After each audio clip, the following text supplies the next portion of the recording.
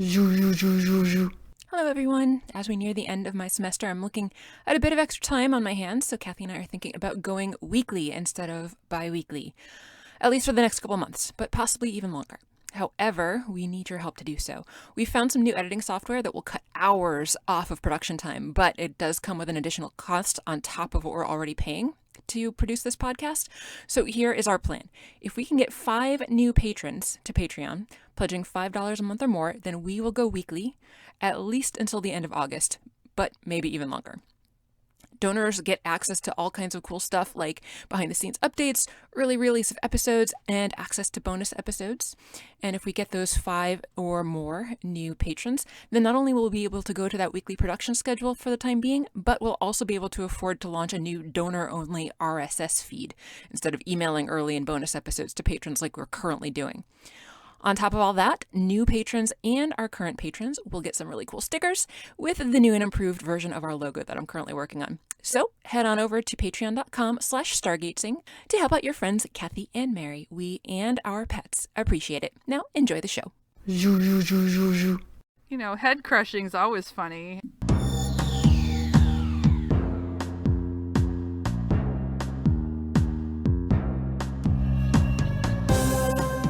Welcome to Stargatezing, a Stargate gazing podcast. I'm your host, Kathy. And I'm your other host, Mary. And every other week, we discuss an episode of Stargate, beginning with Stargate SG-1. Hello! Kathy exclamation. Although it cut me off, because there is a point at the end of that, but that's okay. Aw. I think it seems to be working. You sound clear, so yeah. Okay, good. Even though Coconut is actually sniffing at the microphone in between me and it. Well, I guess I could hear a little something, but I didn't know what it was, and I mean, it didn't sound enough like anything to think about. She was grumbling outside the door. I had to let her in. It's very tragic. She was grumbling like from across the room. I think she didn't know where I went because I'm in my little closet recording studio. So I think she just thought I disappeared in the room. So she was standing in the entrance, so just kind of like around a corner, just grumbling into the distance. Life is... And so all I could hear outside was just like... Aww. So sad for Coconut. So sad. Now she doesn't want to settle down, so she might just stomp on my keyboard a few times. Aw, hi Coconut. Now Lily is whining from a distance too, so that's cool. They're going to be super helpful today. Yay, they are helper dogs. Yeah. So helpful. Hello, Lily. You want me to open the door more? Hopefully I won't sound too echoey. I've still got curtains. The curtains. The curtains. No, not the curtains. Never gets old. No, it doesn't. Not to me, No, anyway. me either. Not the curtains. That was a terrible way to say that. I had that all wrong. No, not the That curtains. is better. Thank you. I just messed that up so bad. I'm embarrassed. Mm-hmm. You should be, so I'm going to make sure that I leave that in when I edit it. Good. Yep. Oh, I'm at Kathy exclamation point at the top in the corner where it has my name, but you can't see all of that. Oh. No, I can't. Oh. Oh, but it does say Kathy exclamation point has joined in the little message area. Yeah. Yay. It's very important. It is, extremely. So in honor of this episode, I watched Yes. The first episode of Sliders just now. Nice. I was like, yes, I need more alternate universe.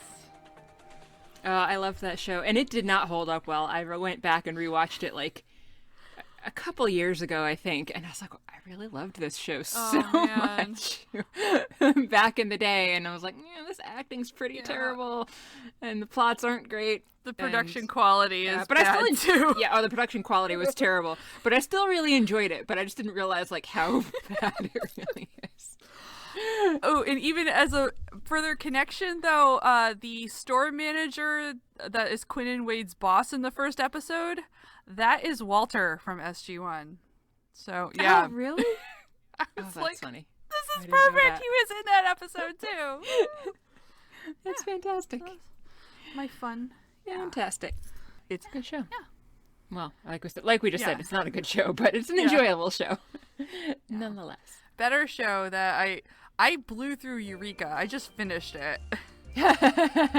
We started rewatching it after you started watching it, and we're maybe I think like halfway through. It gets so much better as it goes along. Like, it's not terrible. It's like, but at the first the first season or so, I was like, oh, this is all right. I'll just put it on in the background. It's fine. But it just gets better. The lead actor is so funny. I love him. Yeah. Oh, I agree. And I was trying to remember what it was that I didn't like about it later, like in later seasons, and I think it actually might just be that I was like so invested in Allison and Sheriff Carter as a couple the first time I watched it that I think I was, not to give any spoilers, but I think I was more frustrated with their story arc, and I still don't even remember exactly how their story arc ends because I watched it like when it came out, so it was like 14 years ago, but I don't think I care about it as much this time, so it's not bothering me. That's so funny much. Too, because every time like some other woman comes in the picture for the sheriff, I'm like, she is so much better for him than Allison. And I really liked Allison with Nathan, so yeah, that's fair. And I like them better together than I remember. Like I hated him the first time through too, but I really like his character this time around. He grows on you. Interesting how perspectives change after almost a decade and a half. And I don't want to, since you haven't watched it in a long time, I don't want to spoilery too much if you don't remember a lot, so I won't. Yeah, I don't remember a whole lot, so not too many spoilers. Yeah, so sorry if I already did in various text messages and. Oh no, not at all. And this is our new Eureka podcast. You thought you were tuning in for Stargate, but nope, we're only going to talk about Eureka and also sliders today. Probably our pets. Oh wait, we already did. Yeah, we already did that. Well, you didn't talk about yours, but I did talk about mine aren't very interesting right now, so we'll just leave them alone until they start to be annoying. That's fair. Yeah. So should we get started with talking about the thing that we actually are supposed to be talking about? We probably should. Fabulous. What are we talking about today? We are talking about the Stargate SG-1 Season 1 episode number 20, There But For the Grace of God, which is a good title. It's a long title. I like the title. Mm-hmm. It's an interesting one. It's very fitting. Yeah. It is. Yep. Hello again, small dog. She left and now she's back. Comings and goings of pets. Mm-hmm. I don't think she likes sitting in a closet with me, but nor does she like to be without me, so here we are. She's going to wander around on the floor in here. We start the episode with SG-1 coming through a gate, which is a very unique way to start, into a dark warehousey kind of place, which again is a unique way to start. I actually thought that I accidentally put the last episode on again, because the start looked so much similar to that. It is a big dark warehouse. The other one had better lights. I paused it. It did have better lights, and like when I really thought about it, I was like, oh right, they did like kind of a panning up to the gate, and the other one, there were differences, but like I was confused to the point where I paused the episode to read which one I was watching and then went back in my notes to see which one I was supposed to be watching, because I already forgot the name of last week's episode. It's always good to double check, and do I remember? It was... I don't remember the name of it. I guess 2 weeks ago's episode, but we recorded it last week, so... Yeah, wow, whatever. Brain, way to go. I'm so impressed. Oh, right. Duh. Tin Man. Go us. How could we forget that? Of course. How could we forget? So after they've come through, Daniel is filming stuff with a handheld camcorder. Remember when those were a thing? When everyone didn't just have a computer and phone in their pockets at all times? Yeah. Crazy. Yeah. That was amusing to me. And also, it's just random that, like, he's never had a handheld camcorder on any mission. So for this one, he randomly just decided this was when he was going to start using a camcorder on missions. Teal'c mentions that there seems to be some damage from Goa'uld weapons, but that it doesn't seem to be recent at all. And Daniel points out that there aren't any bodies laying around, so whatever happened seems to have happened quite some time ago. There's some symbols that Sam points out to Daniel, but he doesn't recognize any of them, and he says that the place definitely looks alien. Jack finds a big, giant metal thing that looks kind of like the outline of a lion head. I couldn't make it out at all. It was too dark. I had no idea what it was.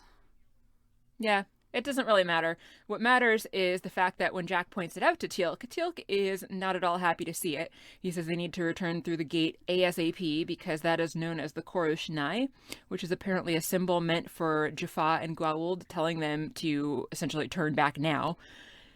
And Jack's like, well, does it elaborate? And Teal'c says, it is placed on worlds that have been destroyed and then also contaminated. Yeah, I couldn't help but notice you picked pretty much all of my flowers. Can't make a float without flowers. Oh, sure enough. But did you have to salt the earth so nothing would ever grow again? Yeah. So in your terms, this place is radioactive. Oh, we need to dear. go.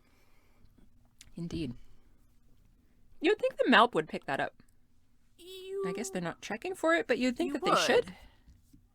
But I don't know. Yeah, I don't know how explory the Malp gets beyond, like, make sure there's a DHD. And that you can live in the air. True. My impression was that the whole area was radioactive, though. So, like, even if it doesn't go more than a few feet from the gate, I would still think that, like, they should be picking that up. Yeah. Like, they check temperature, and yeah, they check the temperature and, like, the air composition and stuff like that. So maybe throw a Geiger counter on that thing? Yeah. Mm-hmm. Daniel and Sam have made their way to another room, and they've found all kinds of artifacts on a table. Daniel thinks it's a lab, and that the items were brought back from other planets for the former inhabitants to study. They've all been tagged. He recognizes some of the cultural items as similar to things, I guess, on Earth or that he's seen before on other planets. Mm-hmm. Your dog. I'm sorry. She's such an ass. She's a funny girl. That's one word for it. Not the word I'd use today. I don't have to live with it, so. Jack and Teal'c come in and tell Daniel and Sam it's time to go. And Daniel's like, why? There's a treasure trove of artifacts from other cultures. I don't get it. And Jack's like, nope, time to go. Daniel's pretty grumpy about it, and he lingers behind as the team leaves. And he takes his backpack off and starts looting the place. Which is great, seeing as we've already established that it's radioactive in here. In his defense, Jack didn't actually say that the place was radioactive, so I guess Daniel didn't really have any way to know that that's why they had to leave and that he shouldn't be picking this stuff up. That is true. One of the items he picks up is, I guess it's silver, but it's got some colors on it, and he touches it. Mm-hmm. And suddenly, another demure-looking device near the table he's at changes or makes a noise, like in some way. Yeah. It's not really a mirror because even before he touched that thing, it wasn't reflecting anything, and until he touched it, nothing was there. So he goes over to look, and he notices he doesn't have a reflection. Oh. But everything else seems to. So that's weird. Maybe he's a secret vampire. I don't know why he didn't consider that he's a vampire.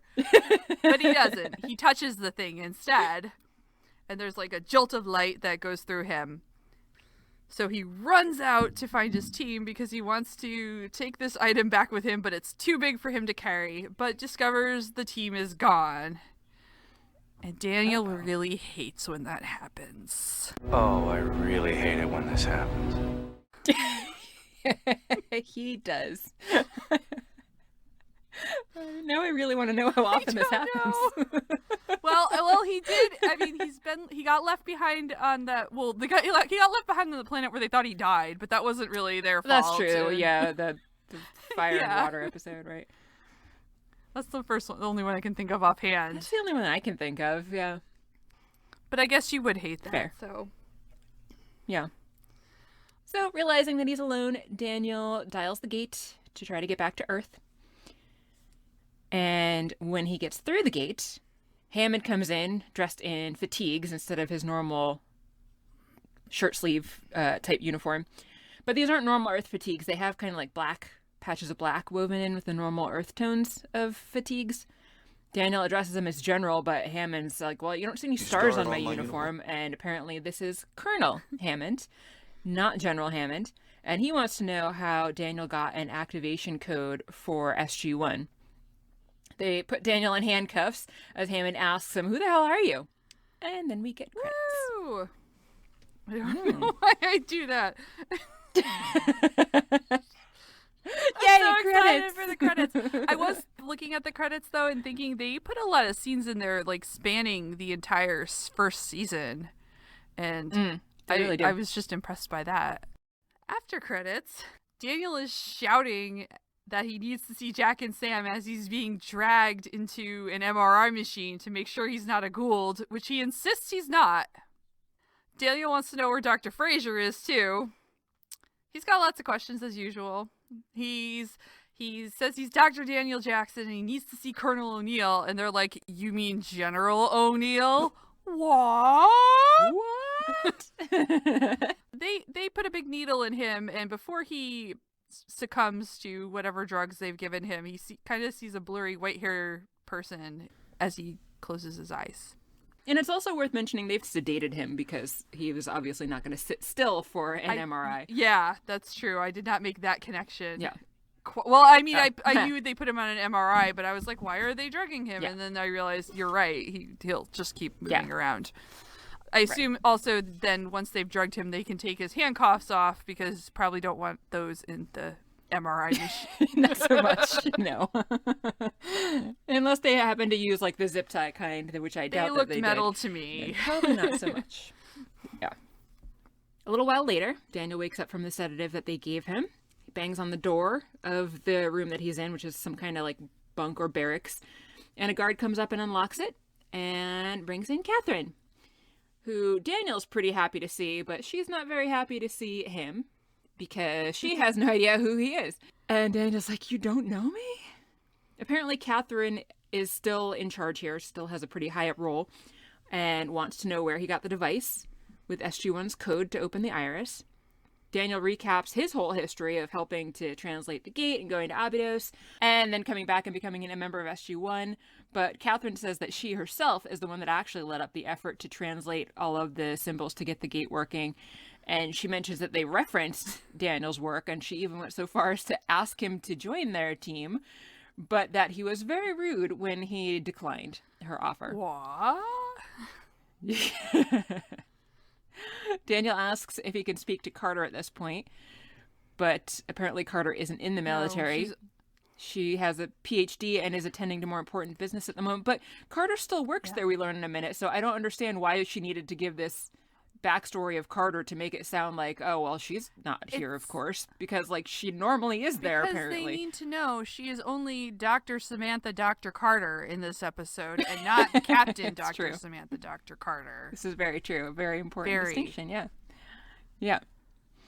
So Daniel flips out and says that he belongs there, but that Catherine doesn't belong there because she is supposed to be retired and living with Ernest. And Catherine is shocked. Presumably she did not get her Ernest back in this version of events. Yeah. Poor alternate Catherine. Yeah. So next we're in O'Neill's office where Hammond is briefing General Jack O'Neill. And finally, this relationship between Hammond and O'Neill makes sense now that he actually has to do what O'Neill tells him instead of just doing it anyway, even though he's the boss. Yep. Woohoo! I guess maybe here O'Neill never retired after the mission the way he did on Earth, and so that's how he got promoted, but it doesn't really matter. No. They don't go into that. So they're talking about something that's going on, that they've got 50% of their list through to the beta site and that Voyager's en route. Don't really know what this is about yet. Catherine comes in though and says that Jack should probably meet Daniel because he knows things. He knows things. So they do. Indeed. So they go to meet Daniel, who's waiting for them in the conference room. Which I thought was weird. Why did they bring him here and then just leave him there with no guy? It's like, it's like when they let Hathor just come on in whenever she wanted, like towards the beginning of that episode. He was just there. Had the pixie dust. He doesn't even have that. Yeah. Right. Maybe he borrowed some. So Jack comes in and says, "You might be able to help us, I hear." And Daniel's like, "Wow, this is so weird. Everything here was different a few hours ago, kind of." There was the big SGA emblem on the Yeah. back wall, though, so this is not the SGC. I was wondering what the A stood for. Stargate Alliance? I was thinking like association. Administration? Aardvark? Yeah, something like that. Aardvark. Yes, Stargate Aardvark. That's the best one. Daniel's very confused because, as far as he's concerned, they know each other very well, and Jack knows everything that Daniel knows about the Gould. Yeah, it's almost like he hasn't figured out that he's in an Yeah. alternate reality yet, which is like, how have you not picked up on I that don't know. yet? He didn't watch Sliders. He doesn't know. Apparently. But Sliders I think Sliders was on like around Yeah, the same time as I feel this, like actually. it was So maybe a couple years earlier it started, but I don't remember really. yeah, I don't remember exactly either. So Daniel is insisting, I'm a member of SG-1 with Jack and Sam and Teal'c, and he's like, oh yeah, where's Teal'c? Guy with the Gould in his belly. Yeah. And Big guy, gold yeah, tattoo. and Jack's like, a Jaffa? So Daniel tells him that Teal'c is their friend and briefly recaps the events of their history, basically, of the Stargate movie and of, and the first two first episodes. two episodes. So he gives a little movie recap and first two episode recap. They should have played our podcast episodes for Jack. Yeah, right? And Daniel goes about trying to prove he knows Jack. Yeah, he tells the story Yeah, of he Jack's tells son. the story of how Jack's son killed himself with Jack's own gun, and Catherine insists she did not tell Daniel this. And Daniel is trying to find out now what's going on. I think he's starting to catch on. He's like, did you go to the Chulak homeworld, or the Jaffa homeworld on Chulak? And they don't know what that is. They are very interested in the fact that Daniel knows where this is, and Catherine has him write down the gate address to Chulak. And Daniel's like, well, you've never met Teal'c. Everything's so screwed up. And then Sam comes in, and Daniel's, again, very excited to see someone he knows, but she also doesn't know him. And she looks very different. She's got long hair. She does. And she is not wearing No, a she's military dress because she's not in the military. And she announces that we've lost DC and Philly, and Daniel wants to know, what does that mean? So they're going to tell him. They will. In the control room. Sam takes Daniel to a map. It has red markings all over it, and Catherine says that every dot is a destroyed city. Did you notice, though, when they showed the close-up view of the map, that it was actually like big red patches, and a lot of them were over like lakes, or there was a big patch over the English Channel? I didn't notice the positioning. I was just like, these were not this cities. just looks like a lot of huge swaths of Europe and northern Africa were covered in red blobs, but I didn't realize they were over bodies of water. Yeah, a lot of them were over bodies of water, like whole lakes that were covered over. And then, so obviously, like, these patches were way bigger than just cities, so that was, I thought, a weird way to word it. But then also, they only focused on Europe, Yeah.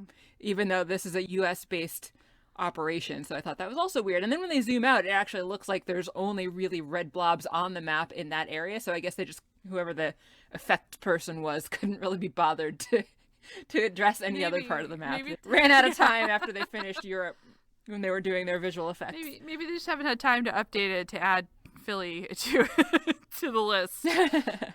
It's just DC and Philly. I don't know. I guess, maybe. Some random guy tells Dr. Carter that there's another report on, and so they turn on the news.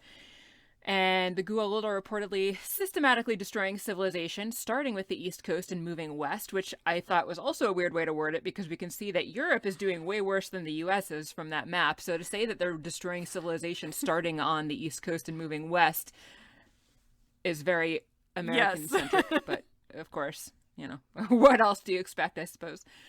The Goa'uld aren't communicating with anyone, apparently, and they are also leaving no survivors in their wake. Yikes. A little bit later on, Daniel is feeling very sorry for himself and saying that he feels like the victim of the biggest practical joke ever. And I thought using the word victim was weird because, like, they're just talking about how, like, all these people are dying. But yes, Daniel, you're the one that's the victim here. So he was having a huge pity party for himself. And Catherine is looking at the various artifacts that Daniel snagged. And hopefully they have checked them for radioactive contamination and decontaminated them. but they never mention it again, so I guess that's not important. She asks if everything that he brought was stuff that he got on the planet, and he said, yeah, everything except for the gun and the hand grenade, and he tells them all about the lab and the mirror and what happened to him on the planet. Catherine is looking at specifically at that kind of mouse-shaped device, almost, that seemed to activate the mirror, and Daniel tells her that he picked that up first and then touched the mirror second, and she guesses that maybe it's some kind of control for the mirror. Daniel said that when he touched the mirror, it felt kind of like getting a shock. And then when he went to look for his team, they were gone, and blah, blah, blah, more recapping of what already happened. And then next thing we know, he's in their gate room with all the guns drawn. He's doing that a lot. Yeah, it's a lot of recapping of things that we just saw 2 minutes ago. But then he randomly gets distracted by what is happening down in the gate room, and he's like, what the hell are they doing down there? And runs down to the control room. So they're prepping this bomb to go through the gate, and Sam is saying that she thinks that the Genesis list to the beta site is their priority, so I guess getting people through, which makes sense. Evacuation sounds like a good plan. At least there'll be a few people from this planet surviving Right. somewhere, theoretically.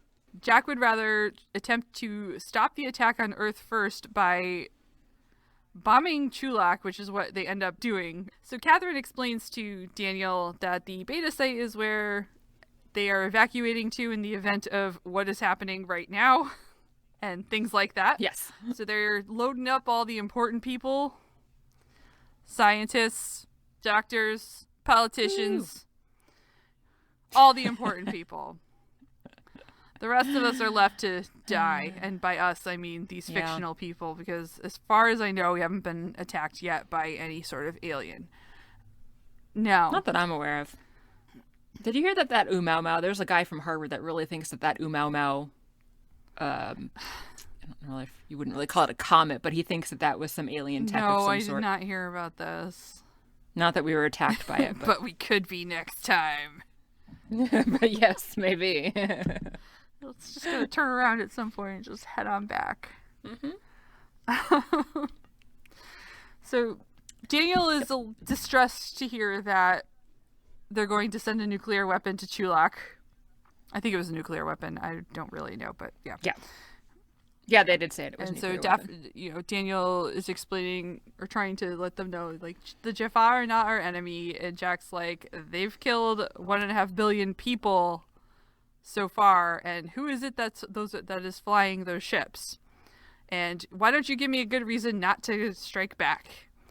Daniel's silent for a moment because Jack's got a point. I mean, He does. yeah. It is Yes, he not does. a convincing argument. Daniel says they have no choice, but Jack's not convinced. Daniel he's didn't not. seem very convinced that he was going to convince him anyway. I said convince like 400 Yeah. times. They send the weapon through the gate. Daniel points out that there are a lot of innocent humans on a lot of gold planets, and Jack has had enough of Daniel. yes.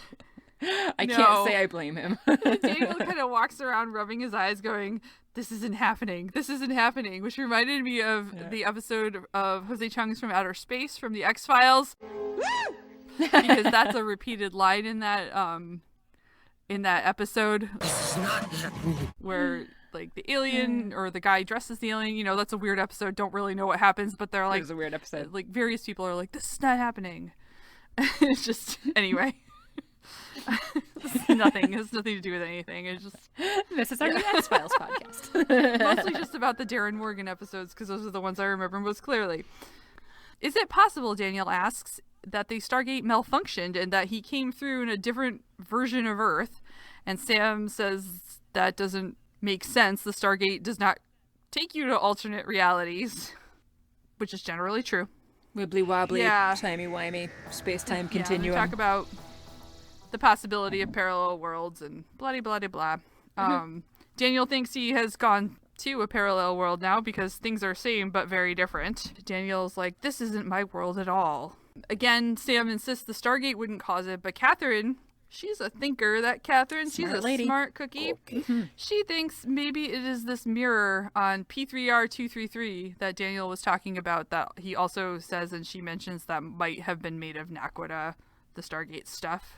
P3R233? Yeah, Oh. I know. Well, Yes, Sam she recognized did. it. She says she's been there. But She then has. there's distraction. An off-world activation.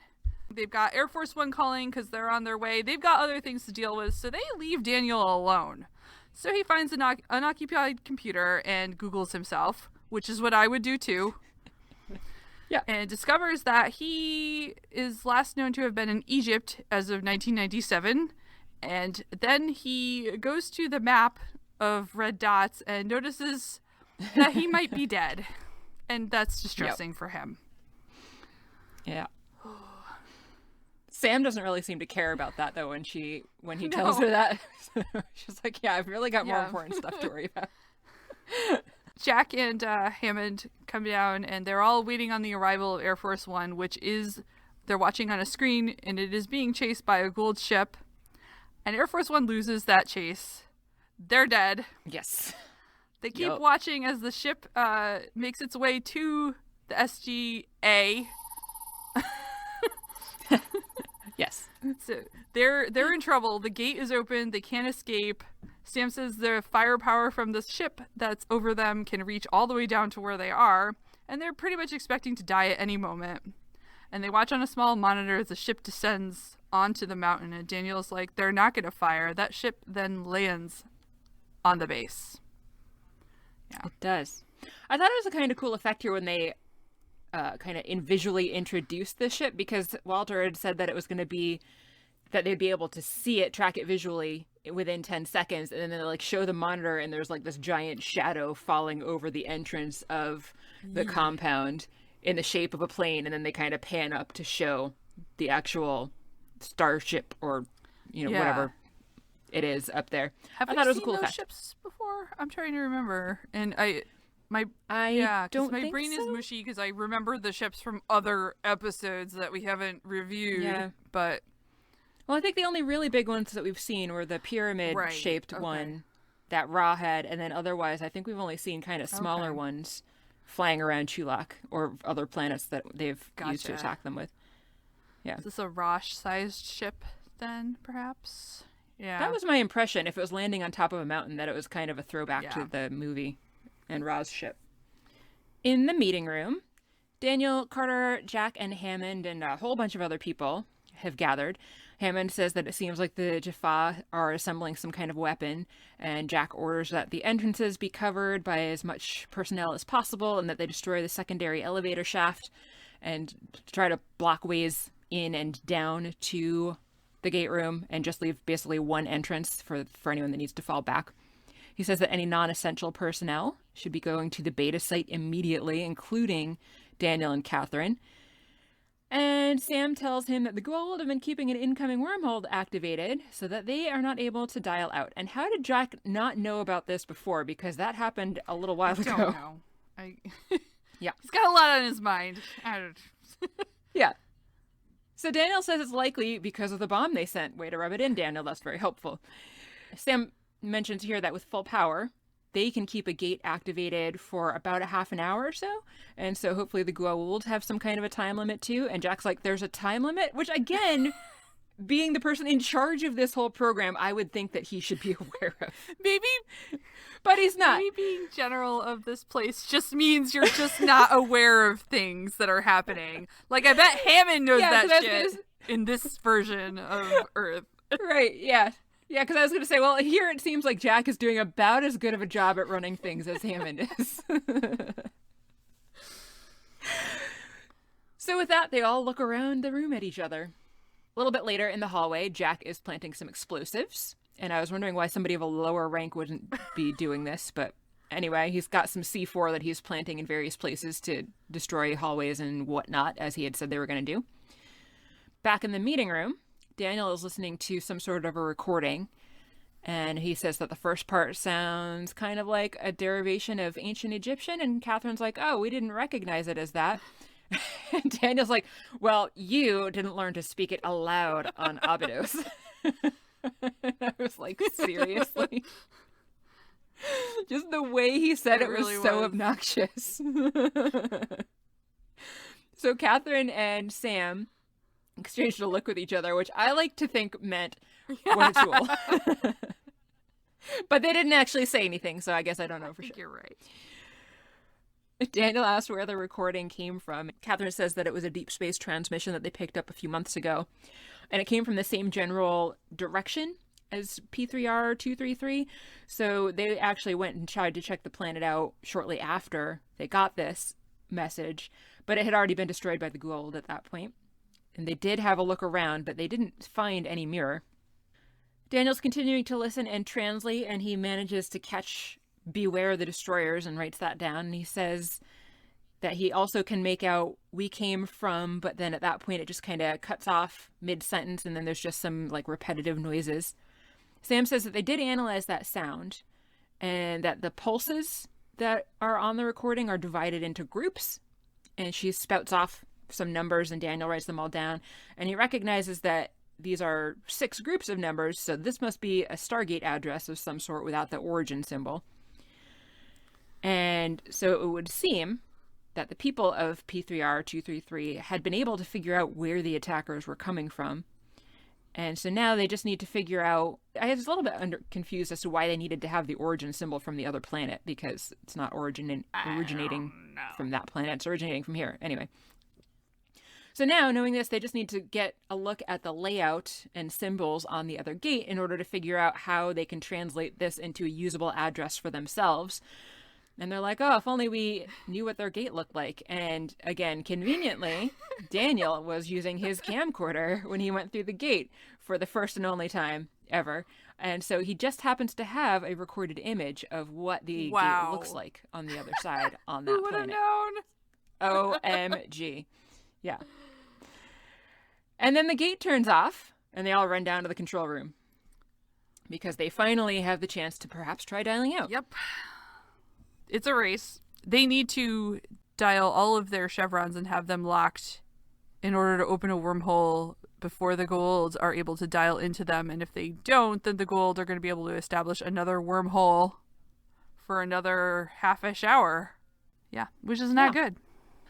So Jack and his soldiers, meanwhile, are starting a fight with the Jaffa. Back in the gate room, the gate is dialing, but they only get to Chevron 5 before the Goa'uld win this race. So they determined the last wormhole stayed open for 38 minutes. So they're counting on that to be the timing again, and they need to do what they can to make the dialing computer faster for next time in order to win this terrible, terrible race. Daniel says they may not have 38 minutes. Jack and company seem to be losing their firefight and are retreating. Then Snakehead Teal'c appears. He's got his big snaky helmet on, and he takes it off a little, or whatever, retracts it. There's the word. He retracts it. Yeah. And he's frowny and intimidating underneath. He is. And he's got a ponytail. Can you see that in that scene? I couldn't see. But yes, he has a ponytail. He and Sam get long hair for this. Yeah. Yeah. They do.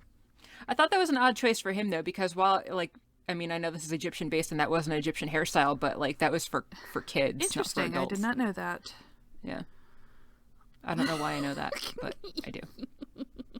I don't know why I'm laughing like that. Anyway. Back in the meeting room, Daniel's watching his video and trying to decipher the code based on the numbers that Sam gave him. Sam reports to Jack, who just came in, and Hammond, that she estimates they have about 25 minutes left before they can attempt to dial at the gate again. Hammond tells Jack that Daniel thinks he knows where the attack might be originating from and that that's what he's working on over there. And Jack says, well, if Daniel can figure it out, then let's send a bomb through. That's his solution to everything. And Daniel's like, it really is. I mean, I can't say I blame him at this point, again, with the whole billion and a half dead. But Daniel's like, excuse me? And he says that he knows that he's an outsider, but doesn't really see how sending a bomb through would help because the Goa'uld and the Jaffa are already there, and also they might have an iris also, so it's really not going to do any good. And Sam does back him up here because she points out the fact that they might only have one chance to dial out. If the Goa'uld are going to continually try to dial in so that they can't dial out, then they might only have that one chance, and so it would be kind of a waste to dial that Goa'uld world instead of using it to evacuate people. Catherine here is distracted by the footage of alternate Sam that is now on screen. And then Sam herself is also mesmerized at the appearance of her alternate person. And Jack's like, whoa, isn't that all supposed to be theoretical? And Sam's like, well, not anymore. They see Teal'c and discuss his whole background as the first prime of Apophis. And Catherine mentions that, oh, that guy's here now. We picked him up on security camera earlier. And at this point, I expected Daniel to be like, all right, well, maybe we can turn him and use that to our advantage. But instead, he's like, I know this is going to sound selfish, but if you guys just let me leave here and take these addresses, then I can stop this on my planet. And let's just worry about that instead of saving your planet. Things. Well, I don't have things. Okay. I was just trying to think of a way to say this because I was like, oh, yeah, you got to help your fellow humans on this other universe. And I was like, oh, yeah, help your, the phrasing like brother from another mother or something. I was trying to come up with something like that, but for parallel worlds. And the best I could get was pals from the parallels, which is terrible. But do you want to hear my rejects? Yes, right, yes, of course. Gotta. It's so stupid. I'm gonna read them anyway. Gotta help your herd from another world.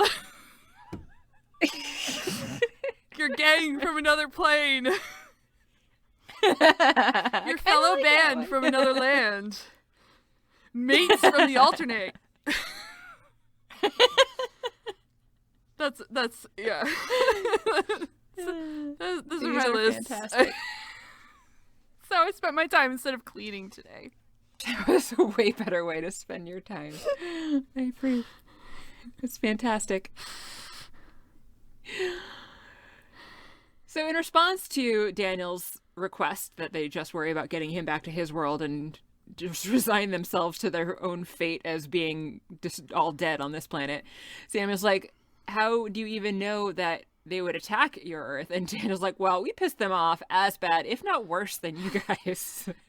I thought that was kind of a weird flex to try to one-up them on that, but he's being really shitty this episode. Kind of a jerk the whole time, very self-absorbed and like, Yes. He's like, I know you guys have it bad with your 1.5 billion dying, but what about me? What about my needs and my Earth? So Jack's like, you want us to give up our only chance to strike back at them in order to save our alternate selves. And Daniel's like, oh yeah, but my whole Earth too. The Jack that I know would do it. And this Jack is like, well, apparently we've never met. And Daniel's like, I guess not. Jeez, Daniel. So he says, look, I've seen that what can happen. And now I need to go home and stop what I now know can happen on my Earth, if that's possible. But you have to help me if that's going to happen. So Jack says, well, how much time do we have left? And Sam tells him 22 minutes. And Jack's like, well, it doesn't matter because we don't have time anyway. And Daniel says, well, maybe we can get some help. And Jack's like, from where? And Daniel says, not where, who. The who they're talking about is Teal'c. I know. What? The Jaffa are... I know. Tell me more about this. The Jaffa are busy bringing in the big guns or whatever. And they see Teal'c on the monitor. And he casually just takes his staff weapon and shoots the camera. Boom. So Jack's like, you're kidding, right? And Daniel says, my Teal'c is cool because he hates his slavery. So this will probably work. And Jack says we're not really in a good position to be of help to the Jaffa. And also we probably just killed all of his people. Yes. Very good point, Jack. So Daniel says maybe Teal'c will also be interested in saving the other Teal'c's planet. Since his... Yeah, the alternate Earth, because, this guy's going to care about alternate Earth. But maybe alternate Chulak. Yeah. No. Jack's like, how can I possibly explain this? And Daniel's like, he's smart and he'll understand. Okay, Daniel. It's just a weird way to say that again. Like, Yeah, I also thought that was weird. Like, they didn't say he's not smart. It's Yeah. a weird thing to try to explain to someone regardless this of their is true. intelligence. I mean, look how long it took Daniel to figure out he wasn't on his Earth. Exactly. Daniel, I'm sure, thinks he's pretty smart. Daniel for sure thinks he's very smart. Sam asks, rightly, how could you be sure he is the same enough to your Teal'c that this will work and that he'll listen? And Daniel's like, it's close enough. It's good reasoning. Sound logic. Yeah. He's like, I know my request is insane, and if you don't want to help, I'll understand. And Jack's like, well, I guess all I have to do is buy a little time. And Catherine says, bring this video that was pretty convincing. Maybe it'll convince him. Daniel hands off the camera to Jack. It's a lingering pass off. They have a long look. Daniel thanks them. Jack's like, wish me luck. And Sam's like, wait, Jack, before you go, we need to hug so everyone knows to ship us. Yeah, and Catherine's like, I guess they're not engaged in your reality. And Daniel's like, nope, see my surprise face. In the gate room, a little bit later on, Hammond is giving a motivational talk to the troops before they head out to defend the gate. Out in the hall, Jaffa are setting up a big weapon, which is basically just like a giant version of the staff weapon. Jack finds Teal'c, and the Jaffa draw their weapons on him. I don't know why they wouldn't have just immediately shot Amir, but they don't. And Jack says that he surrenders and introduces himself to Teal'c, and is like, you're Teal'c, right? You probably want to know how I knew that. I have quite a story to tell you. Yeah. In the control room, Sam says that she's got the dialing time down another 5 seconds, so maybe that will be enough for them to complete the dial out before another dial in can happen. Now they just need the wormhole to destabilize so that they can give it a try, because that incoming one from before is still active. Hammond comes in and orders Walter to head to the lines, saying they need all the help that they can get out there, which I thought was a little heartwarming moment because, like, Walter's an office guy. He's not a fighter guy. So I was like, oh, poor Walter. Desperate times mean that poor Walter's got to go for the front, and that's not what he signed up for. But he's a brave guy, gets up, no complaint, goes out to the front. Yep. Hammond tells Sam to set the auto-destruct for 2 minutes, past when they estimate that the gate will be able to dial out again. And he says that if the Goa'uld want this place in one piece, I intend to disappoint them. So we end that scene with Sam setting the auto-destruct. Woo. Yeah. I know. Lots going on. It's an action-packed episode. And a lot of talky episode. Talks and Lots of acts. talk. Talks and acts. Yes. I don't know what that means. I'm going to stop doing that. Teal'c and Jack are watching the video of the SG-1 team that is not from their universe. They found a monitor. So, like, not only did he just show him on the camcorder, but he was like, come follow me. We'll find a monitor and chat. And maybe Teal'c was like, I can't watch this tiny screen. I need something slightly larger. So Jack's like, you must know this alternate universe is possible. And Teal'c's a little bit in denial, which don't blame him. So Jack's like, how did Daniel know your name? And he also says that you hate being a slave to the Goa'uld. And Teal'c's like, lies. And as they all say in this, I know it sounds insane. And he tells Teal'c he has a chance to go change things in this other world. They just need Teal'c to buy them a little bit of time. Right. Teal'c seems to be thinking about it, but then Jack goes too far. He is like, Teal'c in the other world is a good guy. He betrayed the Goa'uld. He's working on freeing his people, his family, your wife, your son Ryak. And that's when Teal'c is like, I know you killed my family. Oops. So Teal'c kills Jack. Yep. For a second, I didn't think he was going to, because they turned the big giant staff weapon on him, and they pause. They do pause, but nope. Maybe he was taking that extra moment to enjoy murdering the person who murdered his family. Yeah. In the control room, Catherine orders Sam and Daniel to get to the gate room. And Daniel asks, well, what about you? Maybe if I get home, I can send some help. And Catherine reminds him about the remote thing that he will probably need. Spoiler alert, he doesn't. Sam runs to go get it, and Daniel thanks Catherine for her help. She says that if he helped to reunite alternate her with alternate Ernest, then in the grand scheme of things, they are even as far as she's concerned. Yeah. So Daniel runs down to the gate room. The iris is closed, and he looks back up at Catherine expectantly and is waiting for Carter and waiting for that incoming wormhole to dissipate.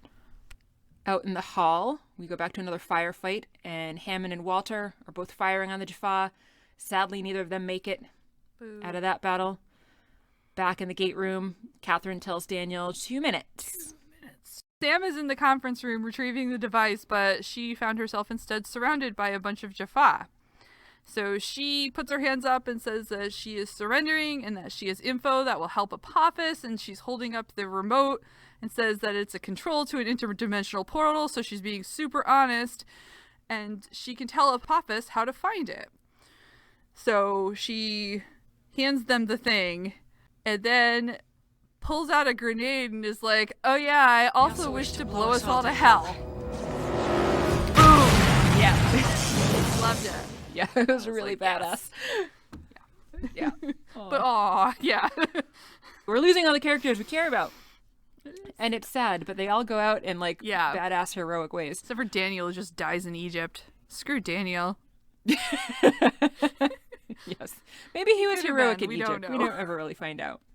Probably not. This Daniel being annoying is anything. No, that's not true. Daniel has been heroic in many situations. I'm not going to judge him based on this one episode where he's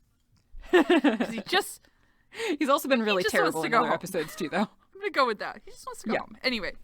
Yeah. Catherine starts the dial-out sequence now that the incoming wormhole has dissipated. The iris opens, and from in the gate room, we can see up through the window that the Jaffa have made it into the control room. They've got their weapons drawn on her, and the blast shield comes down over the window, so we don't really see what happens to her, but we can probably take it that it's not going to end well for her.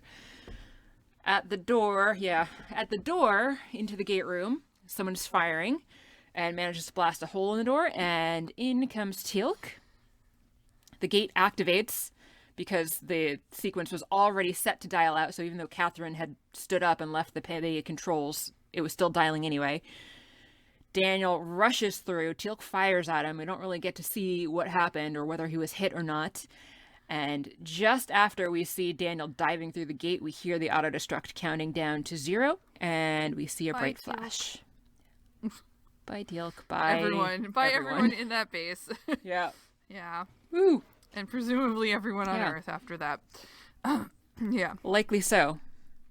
I wonder if the auto-destruct, would it destroy the ship that was docked on the mountain or not? No, we never find that out. At least not in this episode, and I honestly don't remember if it ever comes back in the future. Know. So I can't. Anyway, yeah. I can't recall. Yeah. So Daniel's back on P323, whatever it was. Daniel's back on the planet with the mirror. Yeah. And he is on the ground. The blast does seem to have hit him, but just hit his arm, so he is able to get up and head to the mirror. He touches it and is zapped again. Yeah, good thing he didn't. Yeah, no kidding. It was, which sucks because if they hadn't sent Carter back for the thing that she didn't actually even end up needing, then she could have survived with him too and made it through to the alternate world. But here we are. She went out like a boss. So then we see the rest of our SG-1, Daniel's SG-1. We see the rest of Daniel's SG-1 looking around the warehouse again for Daniel. They hear Daniel shout, so they run and find him injured. Teal'c recognized that he's been hit with a staff weapon. Jack finds Daniel's piece of paper with a gate address written on it. And Jack's like, we need to get him back to Earth. But then suddenly Daniel wakes up and he's like, we're all in big trouble. They're coming. Dramatic music. End of episode.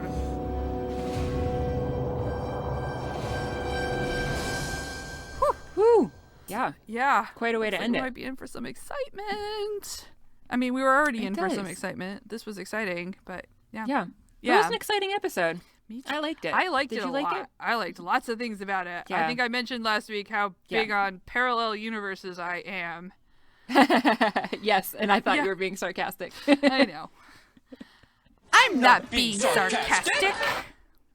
You would never be I'm- sarcastic. You're like the least Yeah. sarcastic person I know. really want to be your friend.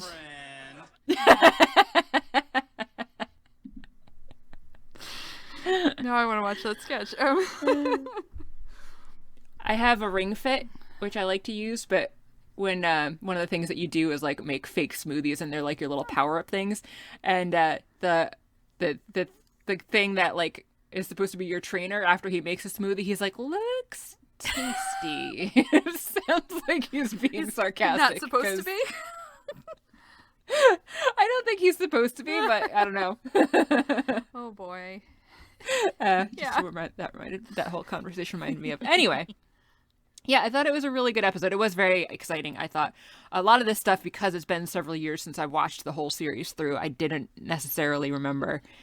And like I said, it was kind of like bittersweet to see like all of these characters that we have grown to like and enjoy being super brave up until the end, and then losing the battle anyway. So even though like they weren't the same characters because they were the parallel characters, but like it still gives you feels to see what happened to them when they were taken out by the enemy in a really brave manner generally. Yeah, I liked that. I like that we're dumped into like the middle of this very imminent danger story, and that it also doesn't appear to just be a a one-off bottle episode. Like it actually has consequences for the story of the main universe that we watch. So Right, yeah, there's that heavy implication at the end that this is going to be a continued storyline. yeah. So despite all my Yeah, complaints no, about Daniel, I did enjoy the episode otherwise. And normally I'm okay with Daniel being like, these are peaceful people, let's not kill them, or, you know, except for that part where he did the genocide that one time, but Right. Except for that one time. But I don't normally find him as nearly as insufferable as I thought he no, was in this episode. I feel like he was tone deaf to their situation because he was so distracted by his absolutely. own that he was just not getting it, and he came off not great in this episode. Yeah. I mean, like, yeah, for sure, I get that, like, what's happening to you is really awful, but at the same time, he's, like, completely ignoring the fact that as bad as his situation is, being in this, like, awful parallel planet, it's worse for them because this is their planet. It's interesting, too, the timeline. So in both universes, this planet that they were on with the mirror was destroyed by the Goa'uld, but it seems like the timing of the Goa'uld attack on Earth, if it's going to happen in this Earth, is slightly off from there. So that's another, I don't know, slight universe difference. But even if, like, for some reason they're not going to be attacked, they still now have this address to this homeworld planet or whatever, or base or whatever it's going to be that they could even explore if they're not going to be attacked. But I'm guessing there's going to be an attack. It's probably a good guess. Again, I don't really remember because I'm not doing a spoiler, but Daniel seemed pretty sure. Yeah, Daniel is quite certain. Yeah, and I think just about parallel universes in general, I just really like the idea. It's interesting to me thinking about the way life diverges with decisions that you make or that you don't make. And what would have happened if you had made this decision or if this had happened. And I really like that speculative path of story. Yeah, I agree. Like, there have definitely been, like, a few large decisions that I've made that I, every once in a while, wonder, like, what if I had made this decision differently? Yeah. So, the whole parallel universe thing is interesting for that reason. Because, like, theoretically, according to some people, there's some version out there of me that did make that decision. I'm not saying that I buy that, but it's an interesting you never know. thought experiment. Yeah. I suppose so. What do we have coming up for our next episode to discuss? Let me just put the Netflix over here because it's the easier one to read that doesn't have spoilers. So the next episode we are watching is Stargate SG-1, Season 1, by our count, episode 21. Netflix says it's 20. I said, what? I know. Screw you, Netflix. The episode is called Politics. Sounds boring. It could be. A powerful U.S. senator vows to shut down the Stargate project despite Daniel Jackson's warnings of an imminent Goa'uld invasion. That doesn't sound like a good idea. Ooh. No. If there's one thing I've learned about the government, it's that they're full of good ideas. I mean, I think we can tell by the fact that there's no other episodes after this one that they shut it down and everyone dies. Yeah, weird that it never went beyond one season and that they didn't even finish out a full season, but here we are. This is going to be a short podcast. Yeah, I guess we really will move on to like X-Files. Or Eureka or Sliders. There's so many we could talk about. We've still got our TNBG podcast we need to start at some point. But yeah, so. Yeah.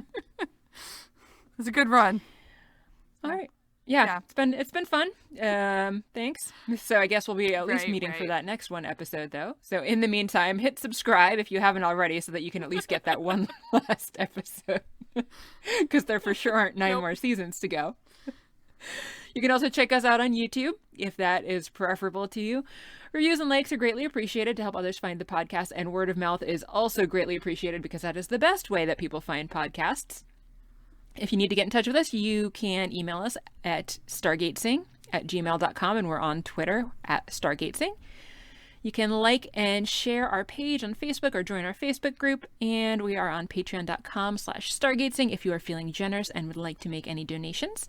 And last but not least, you can find us on our website, stargatezing.space. I'm Mary. Kathy. And you've been listening to Stargatezing. The end.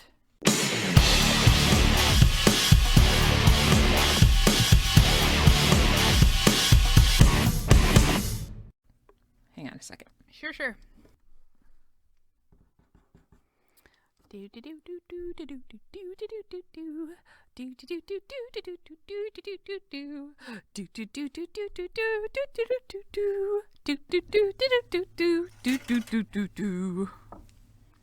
really Thank like you. your song.